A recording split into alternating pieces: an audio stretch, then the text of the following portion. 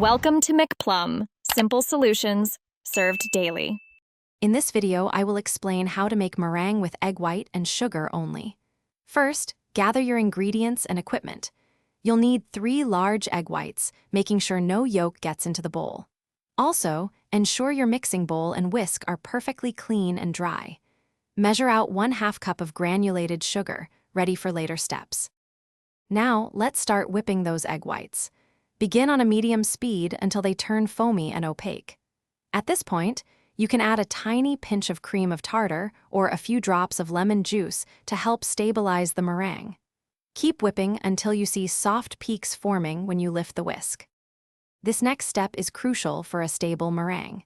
With the mixer still running on medium-high, slowly add your 1/2 cup of granulated sugar, about 1 tablespoon at a time.